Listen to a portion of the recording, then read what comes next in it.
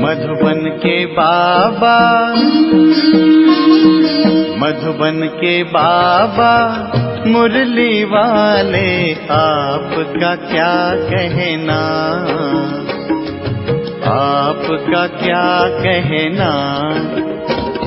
ओम शांति। आज 29 अक्टूबर 2021 के साकार मधुर महावाक्य हैं। आज मीठे मीठे बाप दादा बोले, मीठे बच्चे, तुम्हें अब आवाज से परे जाना है, इसलिए मुख से शिव शिव कहने की भी दरकार नहीं है। तो बाबा ने आज हमसे प्रश्न पूछा है कि एक बाप को ही सर्वशक्तिवान ज्ञान का सागर कहेंगे, दूसरों को नहीं, क्यों? और उत्तर में बाबा हमें बता रहे हैं कि क्योंकि एक बाप को ही याद करने से आत्मा पतित से पावन बन जाती है। बाप ही है जो पतितों को पावन बना देते हैं, बाकी कोई भी देहधारी मनुष्य पावन नहीं बना सकते। बाप तुम्हें रावण राज्य से मुक्त कर देते हैं और तुम शिव बाबा से शक्ति लेते हो। जितना जास्ती याद करेंगे उतना शक्ति मिलेगी और खाद निकलती जाएगी। और गीत है मुरली का आज, ओम नमः शिवाय। ओम शांति। मीठे मीठे सिकिलदे बच्चों ने भक्ति की महिमा सुनी। तुम भी महिमा गाते थे। बाबा कहते अब महिमा नहीं गाते हो और ना ही तुम्हारे लिए महिमा की जरूरत है। जो भक्त करते हैं वे तुम बच्चे नहीं कर सकते हो। बाबा कहते तुम भक्त थे, अब तुमको भगवान मिला है। सबको इकट्ठा तो मिल नहीं सकता है। बाप सबको इकट्ठा कैसे पढ़ाएं? ये तो हो ही नहीं सकता। सभी भक्त भी इकट्ठे नहीं हो सकते। बाबा कहते हाँ, बाप को पढ़ाना है जरूर, क्योंकि यह राजयोग है। सूर्यवंशी चंद्रवंशी राज्य स्थापन होना है। बच्चों को प्रदर्शनी में समझाना है। त्योहारों आदि पर भी तुम बहुत अच्छी सर्विस कर सकते हो। बाबा कहते तुम्हें अपने लिए ही राज्य स्थापन करना है। तुम शिव शक्ति महारथी सेना हो और कोई ड्रिल आदि तुम नहीं सीखते हो। बाबा कहते तुम रूहानी ड्रिल सीखते हो। यह ड्रिल भारत की नामी ग्रामी है। यह है योग की ड्रिल। आत्मा को परमपिता परमात्मा से योग लगाना है, उनसे वर्षा लेना है। इसमें लड़ाई की कोई बात नहीं है। बाबा कहते तुम बाप से वर्षा लेते हो, इसमें लड़ाई का कनेक्शन ही नहीं है। तुम हो बेहद बाप के वारिस, तो बाप का बनकर बाप की श्रीमत पर चलना है। बाप की मत लड़ाई आदि की नहीं है। बाप सिर्फ कहते हैं, क्या कहते हैं? मीठे मीठे बच्चे, तुम सतो प्रधान थे, राज्य करते थे, अब तुमको स्मृति आई है।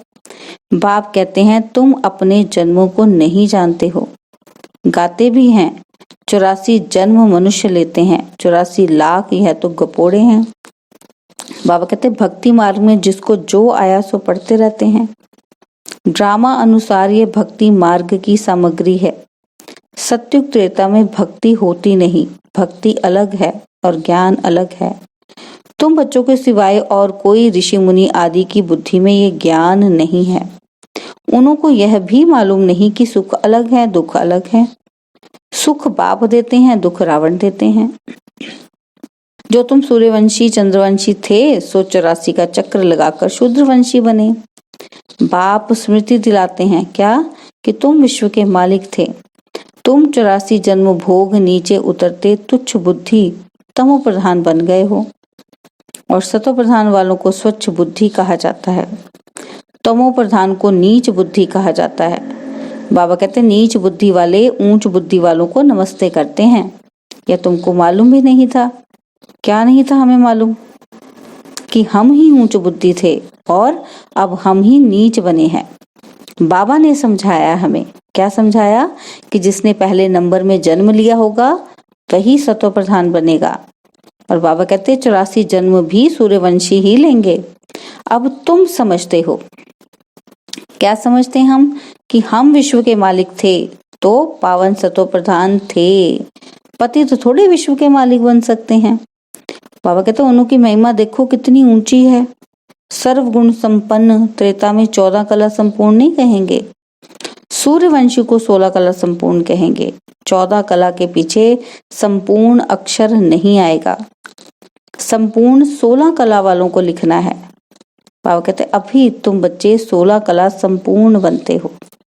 यह भी बच्चों को समझाया है कि यह ज्ञान अति सहज है, इससे सहज कोई बात नहीं होती। बाबा रहमदिल है ना, बाबा जानते हैं कि बच्चे भक्ति में धक्के खा खा कर थक गए होंगे, इसलिए दिखाया है कि द्रौपदी के पांव दबाए। बाबा के पास बूढ़ी बूढ़ी माताएं आती हैं। बाबा कहते हैं तुम भक्ति के धक्के खाकर थके हुए हो, इसलिए बाबा अभी तुम्हारी थक सब दूर कर देते हैं। भक्ति में राम राम जपते माला फेरते रहते हैं। बाबा का पादरियों से भी संपर्क रहा है और पादरी भी बाइबल लेकर बैठ समझाते रहते हैं और बहुत क्रिश्चियन बन जाते हैं। बाबा कहते हैं यहाँ माला आदि फेरने की बात ही नहीं है। बाप कहते हैं कि अपने को आत्मा समझ बाबा को याद करो। शिव शिव मुख से कहना नहीं है। बाबा कहते हैं हम तो आवाज से परे जाने वाले हैं। बाबा बहुत सहज युक्ति बताते हैं कि मुझे याद करो तो खाद निकल जाए और ग्रस्त व्यवहार में रहते पवित्र बनना है। कमल फूल बड़ा नामी ग्रामी है, उनकी बड़ी पंचायत होती है, परंतु फिर भी न्यारा और प्यारा रहता है। तो बाबा कहते तुम भी विषय सागर में रहते न्यारे प्यारे रहो। यह विषय सागर है, इसको नदी नहीं कहेंगे। बाबा कहते तुम बच्चे अभी कितना समझदार बनते हो और इसी समझ से तुम महाराजकुमार बन जाते हो। तुमको तो बहुत खुशी होनी चाहिए, पुरुषार्थ करना चाहिए। बच्चा अथवा बच्ची दोनों की आत्मा को पुरुषार्थ करना है। लौकिक संबंध में बाप का वर्षा सिर्फ बच्चों को मिलता है, बच्ची को नहीं। बाबा कहते यहाँ पर तो सब आत्माओं को वर्षा मिलता है। बाप समझाते हैं कि याद की यात्रा से ही तुम ऊंच पद पा सकते हो। बाबा कहते प्रदर्शनी में पहले पहले बाप का परिचय देना है और उसके बाद है बाप का वर्षा। तो पहले ये निश्चय बिठाओ कि ये तुम्हारा बेहद का बाप है। उनको समझाना है कि बाप एक है। ब्रह्मा विष्णु शंकर भी भगवान नहीं है, देवता है। भगवान पतित पावन निराकार बाप है, उनकी महिमा ही अलग है। आजकल प्रदर्शनी में त्रिमूर्ति पर समझाना होता है। वह बाप यह दाता, वर्षा उनसे मिलता है और वह निराकार है, और उनसे वर्षा कैसे मिले? कैसे मिले निराकार से वर्षा? वह है सबका रचयिता। ब्रह्मा विष्णु शंकर भी रचना है, रचना को रचता से ही वर्षा मिल सकता है। वह तो निराकार बाप इस द्वारा वर्षा देते हैं। रचता सबका एक है, इसलिए गाया जाता है सर्व का सदगति दाता एक। उसको ज्ञान सागर कहा जाता है। बाकी वह सब शास्त्रों की अथॉरिटी है और ये है ज्ञान सागर खुद अथॉरिटी। वर्ल्ड ऑलमाइटी अथॉरिटी खुद कहते हैं कि मैं वेदों शास्त्रों को जानता हूँ और तुमको सार समझाता हूँ। ये सब है भक्ति मार्ग की सामग्री जो सत्युग त्रेता में होती नहीं। भक्ति से ही सीढ़ी नीचे उतरनी होती है। सर्वशक्तिमान एक बाप को ही गाया जाता है और उनके साथ योग लगाने से ही हम पवित्र बन जाते हैं। तो सर्वशक्तिवान हुआ ना, क्योंकि उससे योग लगाया तो पवित्र बने। हम सबको पतित से पावन बना देते हैं, रावण राज्य से मुक्त कर देते हैं। बाबा कहते तुम अब शिव बाबा से शक्ति ले रहे हो। जितना जास्ती याद करेंगे उतना शक्ति मिलेगी और खाद निकल जाएगी। तुमको दिन रात यही फुरना रहना चाहिए कि पतित से पावन, तमो प्रधान से सतो प्रधान बन जाए। माया के तूफान आएंगे। बाबा कहते हैं खबरदार रहना चाहिए, तुम्हारी माया के साथ युद्ध है। फालतू विकल्प बहुत आएंगे। जो अभी अज्ञान में नहीं आए होंगे वह भी आएंगे। तुम युद्ध के मैदान में हो। बाबा कहते मेहनत सारी याद की यात्रा में है। भारत का योग नामी ग्रामी है। योग के लिए ही बाबा समझाते हैं। क्या समझाते हैं? कि तुम अपने को आत्मा समझ बाप को याद करो। ऐसे और कोई मनुष्य समझा ही न सके। वह कह देते हैं सब भगवान के रूप हैं, जिधर देखता हूँ परमात्मा ही परमात्मा है। बाप समझाते हैं तुम आत्मा हो, 84 जन्म भोगते हो। अगर सब परमात्मा है तो क्या परमात्मा जन्म मरण के चक्कर में आते हैं? बाबा कहते बताओ। बाबा कहते आत्मा एक शरीर छोड़ दूसरा लेती है।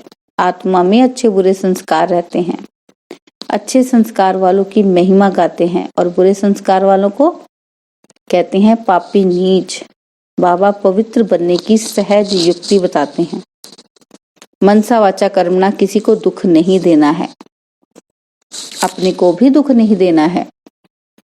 कोई भी विकर्म चोरी आदि नहीं करना चाहिए। अगर कहीं झूठ बोलना पड़ता है तो बाबा से राय पूछो। सबसे बड़ा पाप है काम कटारी चलाना। बाबा कहते हैं मत चलाओ। बाप कहते हैं बच्चे हाथों से काम करते बुद्धि का योग मेरे से लगाओ। कहते हैं ना हाथ काटे दिल याडे, तो बाबा सर्जन भी है। बाबा कहते हैं सबकी बीमारी एक जैसी तो हो ना सके, कर्म भी एक जैसे हो ना सके, तो कदम कदम पर पूछना चाहिए। मंजिल बड़ी भारी है। अमरनाथ की यात्रा पर जाते हैं तो कहते हैं ना अमरनाथ की जय, बद्रीनाथ की जय। तो बाबा कहते हैं हे बद्रीनाथ हमारी रक्षा करना, ऐसे बोलते हैं ना हम, तो अब तुमको तीर्थ यात्रा आदि कुछ नहीं करना है। बाबा कहते हैं ये ज्ञान की बातें बाप ही समझाते हैं, उनका ही पाठ है और तुम भी बाबा के साथ साथ पाठधारी हो। जितना जो पढ़ेगा उतना ऊंच पद मिलेगा। इसमें कोई की बड़ाई नहीं, बड़ाई एक की ही है जो सर्व मनुष्यों को सद्गति देता है, सर्व बच्चों को पतित से पावन बनाते हैं। ड्रामा में मुझे भी पाठ मिला हुआ है, 5 तत्वों को भी अपना अपना पाठ मिला हुआ है, सो बजाना है। धरती को उथलना है, विनाश होना है। बाबा कहते तुम्हारा भी ड्रामा में पार्ट है, इसमें बड़ाई क्या है। राज्य करते करते पतित बन गए, तुम भी पहले क्या थे, क्या थे, वर्थ नॉट अ पेनी। तो बाबा कहते अब तुम विश्व के मालिक बनते हो, यह तुम्हारा पार्ट है, फिर भी हमको ऐसा बनना ही है। इसमें बड़ाई की व महिमा की कोई बात नहीं, यह ड्रामा बना हुआ है। बाबा भी आकर अपना पार्ट बजाते हैं। भक्त लोग बड़ाई देते हैं, महिमा गाते, वह काम हम नहीं कर सकते। यहाँ तो बाप को याद करना है। बाबा इस ड्रामा का राज तो बड़ा वंडरफुल है जो कोई को पता नहीं। बाबा हम सतयुग में ये सब भूल जाएंगे, बड़ा विचित्र ड्रामा है। बाबा कहते ऐसे ऐसे अपने से बातें करो। कोई पाठधारी अच्छा पाठ बजाते हैं तो ताली बजाते हैं। हम भी कहते हैं कि मीठे बाबा का, शिव बाबा का बहुत अच्छा पाठ है। हम भी बाबा के संग अच्छा पाठ बजाते हैं, कितना अच्छी रीति समझते हैं। फिर भी किन्हों को समझ में नहीं आता तो समझ आते हैं कि ये हमारी राजधानी में इन्हों को आना ही नहीं है। यह भी जानते हैं कि जो ब्राह्मण बने थे वही फिर देवता बनेंगे, तो देवताओं में भी प्रजा आदि सब बनेंगे, सबको अनादि पाठ मिला हुआ है। बाबा कहते सृष्टि भी एक ही है, वह चलती रहती है। God is one, creation is one, वही चक्र फिरता रहता है। मनुष्य खोज करते हैं, देखे मून में क्या है, उनके ऊपर क्या है, उनके ऊपर है सूक्ष्म वतन। बाबा कहते वहां क्या देखेंगे, लाइट ही लाइट। बहुत कोशिश करते हैं, साइंस की भी हद है ना, तो माया की भी बहुत पॉम्प है। बाबा कहते साइंस सुख के लिए भी है तो दुख के लिए भी है। वहां एरोप्लेन कभी गिरेंगे ही नहीं, दुख की बात ही नहीं है। और बाबा कहते यहाँ तो दुख ही दुख है, चोर लूट जाते हैं, आग जला देती है। वहां मकान बहुत बड़े होते, सारे आबू जितनी जमीन एक एक राजा की होगी। बाबा कहते तुम आए हो स्वर्गवासी बनने, बाबा को याद करो तो खाद निकले। तुम सब आशिक हो, अब माशूक तुमको कहते हैं। मामेकम याद करो तो अमरपुरी के मालिक बन जाएंगे। वहां अकाल मृत्यु होता नहीं। और सत्युग में है श्रेष्ठाचारी दुनिया, यह है भ्रष्टाचारी दुनिया। कितने बीके बाबा से वर्षा ले रहे हैं। बाबा कहते तुम भी वर्षा ले दो। अगर श्रीमत पर नहीं चलेंगे तो ऊंच पद नहीं पा सकेंगे। और हर 5000 वर्ष के बाद बाबा स्वर्ग बनाने आते हैं। कलयुग में ढेर मनुष्य और सतयुग में थोड़े, तो विनाश जरूर होगा।